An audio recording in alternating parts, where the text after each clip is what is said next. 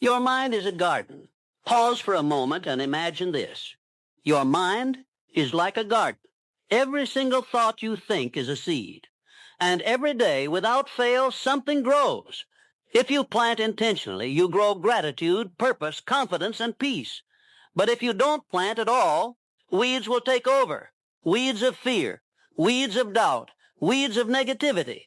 And before you even realize it, those weeds begin to choke your vision, your energy, and your will to rise. So you must take control. You must become the gardener of your own mind. Your mind will believe whatever you feed it. So start each day planting thoughts that strengthen you, because what you plant will grow. So become its will grow output. The second step to mastering your mind is understanding this simple truth. Your output is only as pure as your input. Your mind mirrors what you consume. Every word you hear, every song you play, every conversation you keep, all of it programs your subconscious. If you fill your mind with gossip, fear, and complaint, your thoughts will reflect the same. But if you surround yourself with wisdom, courage, and success, you'll begin to think like those who achieve it. Action, surround yourself with content that elevates you, books that stretch your imagination, voices that challenge your comfort zone, people who operate on a higher frequency, the kind who make you believe in your potential again. You become what you're around. So if you want to grow, get around growth. If you want to think big, get around big thinkers. Feed your mind power, and power will become your natural state. Master autosuggestion. Now we move to one of the most profound principles Napoleon Hill ever taught.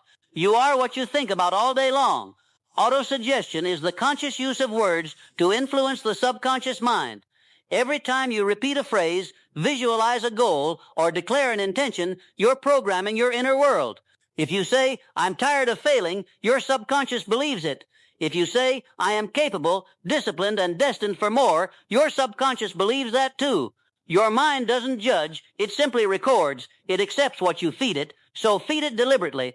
Feed it deliberately. Feed it deliberately. Say it out loud. Say it with belief. Say it until it feels natural. I am focused. I am disciplined. I am moving toward my vision. You are building new neural pathways with every repetition. You are carving a new identity with every affirmation. Over time, your subconscious accepts it as fact. And once it does, your actions begin to align automatically. That's not magic. That's mental conditioning. That's mastery. Transmute emotion into power.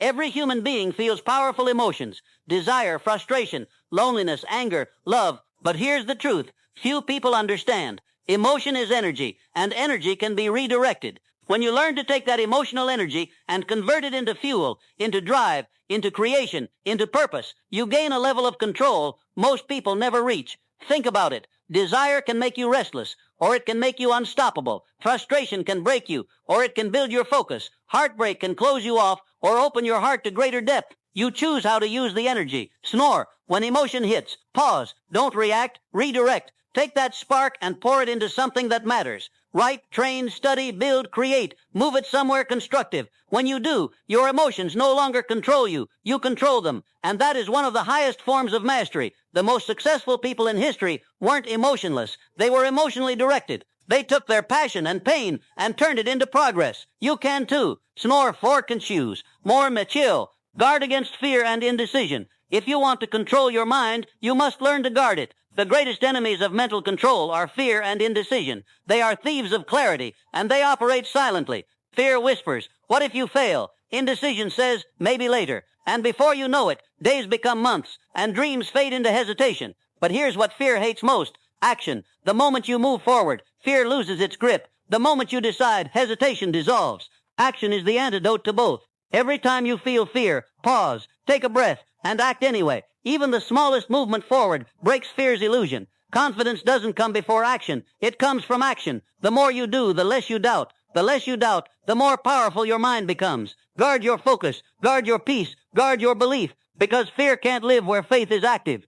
Daily discipline. Finally, understand this. Control of your mind is not a one-time victory. It's a daily practice. Every day, your mind will try to drift, pulled by distractions, noise, and emotion. And every day, you must pull it back. It's not about perfection. It's about consistency. It's not about feeling ready. It's about staying steady. Discipline is what transforms potential into power. Action plan. Morning, affirm your purpose. Start the day reminding yourself why you're here. Before you look at your phone, speak your vision. I am here to grow. I am here to serve. I am here to rise. Let your first thought of the day be your strongest. Midday, refocus. Halfway through the day, check in with yourself. Ask, am I thinking like the person I want to become? If not, realign. Take a walk. Breathe deeply. Read something empowering. Reset your tone. Mental control is built in moments like these. Quiet corrections that keep you centered. Night, reflect and visualize. Before you sleep, review your day without judgment. What went right? What can improve? Then visualize the next day as if it has already gone perfectly. See yourself focused, calm, and in control. The subconscious mind absorbs images before sleep more powerfully than any other time. So end each day feeding it faith,